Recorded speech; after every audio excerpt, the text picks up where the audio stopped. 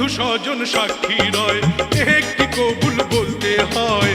হায় আল্লাহ মিলায় যেন দুটি মন, হায় আল্লাহ মিলায় যেন দুটি মন।